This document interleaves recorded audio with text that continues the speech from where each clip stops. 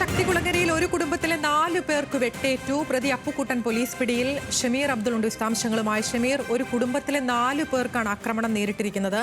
ആരാണ് വെട്ടിയത്? എന്താണ് ആക്രമണ കാരണം? ഈ പരുക്കേറ്റവരുടെ നില എങ്ങനെയാണ്? കുടുംബ പ്രശ്നങ്ങളാണ് ഇത്തരത്തിൽ ഈ ഒരു അക്രമത്തിലേക്ക് കലാശിച്ചതെന്നാണ് പോലീസ് ഇപ്പോൾ പറയുന്നത്.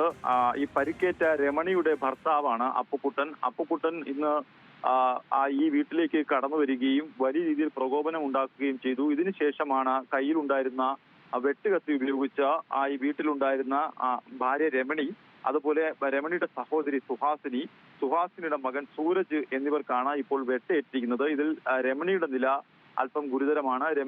രമണിയെ ഇവിടെ നിന്നും ഇപ്പോൾ കൊല്ലം ജില്ലാ ആശുപത്രിയിലാണ് രമണി ഉള്ളത്.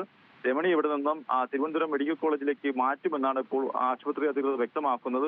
ഇയാൾ കൊല ചെയ്യുക എന്നൊരു ലക്ഷ്യത്തോടു കൂടി തന്നെയാണ് ഇത്തരത്തിൽ ആ വീട്ടിലേക്ക് കടന്നു വന്നത് എന്നാണ് നിലവിൽ പോലീസ് വ്യക്തമാക്കുന്നത്. വലിയ രീതിയിൽ ഭീകരാന്തരീക്ഷം സൃഷ്ടിക്കുകയും ആ വീടിന്റെ ജനൽ ചില്ലുകൾ അടിച്ചു തകർക്കുകയും വാതിൽ തകർത്ത ശേഷമാണ് ഇത്തരത്തിൽ ഈ വീടിനുള്ളിലേക്ക് കടന്നു വന്ന ഇവരെ ചെറുക്കാൻ നിന്നവരെ, അതായത് ഇത്തരത്തിൽ ഈ വെട്ടിപ്പരിക്കേൽപ്പിക്കുന്നതിനിടെ ചെറുക്കാൻ നിന്ന മകൻ സുഹാസിനിയുടെ മകൻ സൂരജിനും വലിയ രീതിയിൽ വെട്ടേറ്റത്.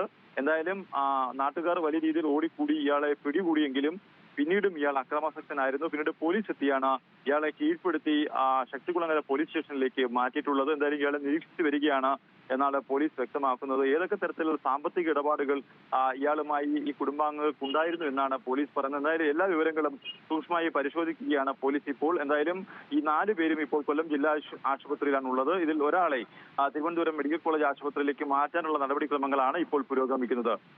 ഈ 2 കുടുംബങ്ങൾ തമ്മിൽ സ്ഥിരമായി ഇങ്ങനെ പ്രശ്നങ്ങൾ ഉണ്ടായിരുന്നതാണോ? അങ്ങനെ എന്തെങ്കിലും നാട്ടുകാർ പറയുന്നുണ്ടോ ഷമീർ? അതായത് ഈ കുടുംബാംഗങ്ങളുമായി സാമ്പത്തിക ഇടപാട് ഈ അപ്പുക്കുട്ടൻ ഉണ്ടായിരുന്നു എന്നാണ് പറയുന്നത്. രമണിയാണ് ഈ സാമ്പത്തിക ഇടപാടുകൾക്ക് മധ്യസ്ഥത വഹിച്ചിരുന്നത്. ഈ പണം തിരികെ ലഭിക്കാതായതോടുകൂടിയാണ് ഇത്തരത്തിൽ ഈ ഒരു അക്രമത്തിന് ഇയാൾ മുതിർന്നതെന്നാണ് പോലീസിൽ പ്രാഥമികമായ കണ്ടെത്തൽ. മറ്റെന്തെങ്കിലും വസ്തുതയുണ്ടോ എന്ന് പോലീസ് പരിശോധിച്ചു വരികയാണ്. എന്തായാലും അക്രമാസക്തനായിരുന്നു ഇയാൾ. ഇത് മുൻകൂട്ടി തന്നെ ഈ വാക്കത്തിയുമായി ഈ വീട്ടിലേക്ക് കടന്നു വരികയാണ്. ഇതിനുശേഷം ഇത്തരത്തിൽ ഇവരുമായി വാക്കേറ്റമുണ്ടായി. വാക്കേറ്റത്തിനിടയിലാണ് ഇയാൾ പൊടുന്നനെ വാക്കത്തി ഉപയോഗിച്ച് ഈ വീട്ടിലുണ്ടായിരുന്ന ആളുകളെ ക്രൂരമായി വെട്ടി പരിക്കേൽപ്പിച്ചത്. എന്തായാലും പരിക്കേറ്റവർ നാട്ടുകാരുടെ വലിയ ഇടപെടൽ ഇതിനിടയിൽ ഉണ്ടായി. ഇയാളെ കീഴ്പ്പെടുത്താനടക്കം നാട്ടുകാരുടെ ഇടപെടൽ ഉണ്ടായി. ഇതിനിടയിൽ വളരെ വേഗത്തിൽ ഇവരെ ആശുപത്രിയിൽ എത്തിക്കാൻ കഴിഞ്ഞു എന്നുള്ളതാണ് ആശ്വാസകരമായ വാർത്ത. എന്തായാലും പ്രാഥമിക ചികിത്സകൾ ഇപ്പോൾ ജില്ലാ ആശുപത്രിയിൽ ഇവർക്ക് നൽകി വരികയാണ്. ഇതിനുശേഷം ഗുരുതരമായി പരിക്കേറ്റ രമണിയെ തിരുവനന്തപുരം മെഡിക്കൽ കോളേജിലേക്ക് മാറ്റും എന്നാണ് നിലവിൽ ഇപ്പോൾ ഡോക്ടർമാർ അറിയിക്കുന്നത്.